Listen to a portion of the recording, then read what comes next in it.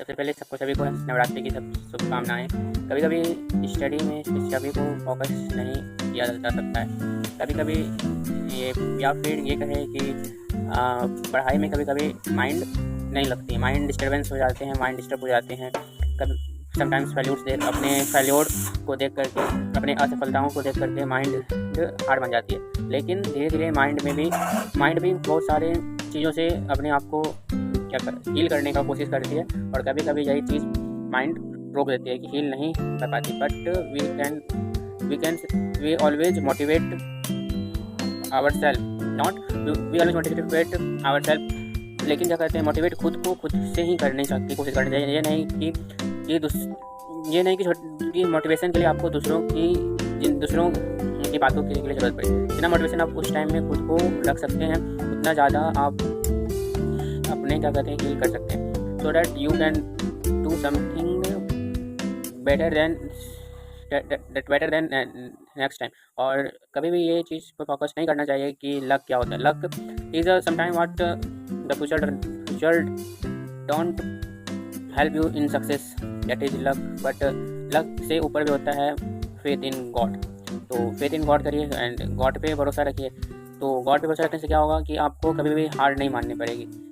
अगर हार मान भी जाते हैं तो उस पर क्या कहते हैं, उसके ज़िंदगी को आप अगर लीजिएगा तो क्या कहते हैं, उसमें देखिएगा कि उसने तो क्या कहते हैं, गॉड जो भी भगवान श्री कृष्ण थे, उसने क्या कहते हैं अपने एक ज़िंदगी में जो खुशियाँ पाई थी, तो वो एक दिखावटी खुशियाँ थी, जो कि एक लीलाधर थे। वो जो लीला करते थे, वो छोटी छोटी लीलाओं में क्या कहते हैं, उसको देखने के लिए लगता था कि वो कितने खुश हैं अपने खुशहाल जिंदगी। लेकिन तो वो धरती पर आए थे लीला करने के लिए, लेकिन उसका मेन उद्देश्य था महाभारत का युद्ध और धर्म की स्थापना करना। धर्म यानी कि पॉजिटिव, निगेटिव, गुड, बैड, इसकी स्थापना करना। और माइंड में भी सेम थिंग नहीं होती है कि कभी कभी माइंड फैल्यूर्स को लेकर के, निगेटिव थाट्स का इतना उलझन पैदा कर लेता है कि क्या कहते हैं, वो निगेटिव थाट्स आपको अंदर से किल करती है, और जो पॉजिटिव होती है उसको निगेटिव में पॉजिटिव होती है उसको वो आपको क्या कहते हैं गलत लगेगी, जो निगेटिव है वो आपको सही लगेगी। और जब वो सही लगेगी तो वो आप उसको उसी ऊपर काम करने पे चालू हो जाएंगे, और उसी पैटर्न पे आप फॉलो करने चाहेंगे, जो पैटर्न आपको आगे चल के एक जो क्या कहते हैं ऐसा रास्ता लेके जाएगी जिस रास्ता का अंत नहीं है और उसका कोई द्वार नहीं है। मतलब उसके आगे क्या कहते हैं कोई द्वार नहीं है, जिससे कि आपके जो भी क्या कहते हैं, जो भी सपना है, जो भी ड्रीम है, जो भी एम है,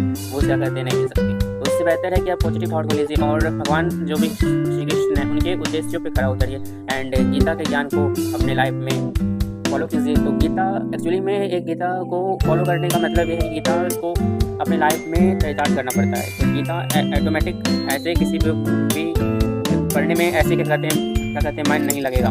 तो उसको पढ़ने का शुरू में आपको लगेगा कि इसका चैप्टर इस तरह से डिजाइन किया गया है कि क्या कहते हैं आपको शुरू में क्या कहते हैं मन लगेगा कि ये क्या पढ़ रहे हैं, राजा युद्ध कर रहा है, युद्ध के बीच में वार्तालाप हो रहा है, वो उसका प्रशंसा कर रहा है, ये इसका प्रशंसा कर रहा है, दोनों के बीच में तो लड़ाई भी हो रहा है। लेकिन ऐसा नहीं, वो एक स्क्रीन सेट हुआ है। क्या कहते हैं जैसे हम लोग के मन में उथल पुथल होता है, जैसे हम लोग के मन में एक दो तरह का विचार होता है, बुरी विचार होती है, एक अच्छी विचार होती है। तो उस बुरी विचार और अच्छी विचार के बीच में हमेशा युद्ध हमेशा चलते रहता है। तो उससे कैसे हम लोग को जीतना है, ये क्या कहते हैं आपको इस लेसन में, गीता के लेसन में बताया जा सकता है। तो जैसे विषाद योग है, फिर गीता का सार है, ऐसे करके कर्म योग, ध्यान योग, बहुत सारे योग से जब आप गुजरते हैं तो आप अष्टांग योग पे, उसमें सबसे बेहतर अष्टांग योग बताया गया है। बहुत सारी चीज़ जब इन सभी चीज़ों से आप जब गुजर कर गीता के सारे अध्याय जैसे जैसे आप लेसन मतलब आगे प्रोसीड करते हैं, तो उस तरह से आपके माइंड में भी उस तरह से ऑटोमेटिक फील कर। लेकिन सिर्फ पढ़ने से काम नहीं पड़ेगा। चलिए पढ़े ये स्टोरी, अगर गीता को आप एक स्टोरी की तरह लेते हैं, कहानी है, इसमें ये सबक मिला, ये श्लोक का अर्थ ये है, इसको कहीं पे डिबेट होगा वहाँ पे यूज़ कर सकते हैं। बट आप उसको जब तक अपने लाइफ में कैरेक्टराइज नहीं कर सकते तो आपको वो चीज़ नॉलेज आपका क्या हेल्पफुल हुआ। कैरेक्टराइजेशन इज मस्ट इम्पॉर्टेंट, वो बहुत क्या कहते हैं बहुत ज़्यादा इंपॉर्टेंट होता है। जैसे क्या कहते हैं इंग्लिश सीख लेना, और इंग्लिश स्पोकन नहीं करना, ये भी बहुत अच्छी बात नहीं है।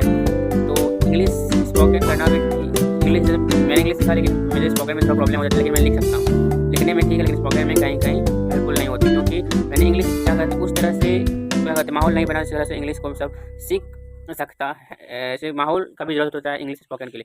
तो सबसे पहले उसी तरह क्या कहते हैं उसी तरह जैसे आप कोई चीज़ पढ़ने बैठे, तो अगर आप जैसे टीच कर रहे हैं गीता को, पहले आप अगर वैसा माहौल नहीं मिल रहा है तो आप वैसे क्या कहते हैं उसको ठीक से समझ करके भी ना समझ कर सकते हैं। जैसे हम लोग इंग्लिश इसमें पढ़, लेकिन इंग्लिश वाले माहौल में नहीं रहे तो हम लोग का स्पोकन वीक हो गया। वैसे हम गीता पढ़ और अंदर से वैसा माहौल नहीं क्रिएट कर रहे हैं कि गीता को कैरेक्टराइज करने का, तो ज्ञान भी ख़राब हो जाएगा। वैसे क्या कहते हैं आपको हर चीज़ में ख़राब हो जाएगा। जैसे आप किसी चीज़ का स्टडी कर चुके हैं, किसी एग्जाम का प्रिपरेशन कर चुके हैं, लेकिन आप उस एग्ज़ाम को प्रिपेयर करने के बाद में आप फेल्यूर हुआ तो आप उससे क्या कहते हैं घबरा करके आप हट गए। लेकिन क्या कहते हैं जब फिर आया तो फिर उसको छोड़ करके उसको छोड़ दिए, तो उस ज्ञान को आप अनदेखा करके आप नए क्या कहते हैं अपने आप को सोचने लगे। तो ये भी चीज़ एक ख़राब चीज़ हुआ, निगेटिविटी आपके माइंड में फिर आने लगी, जो कि आपको कंट्रोल करके रखनी चाहिए।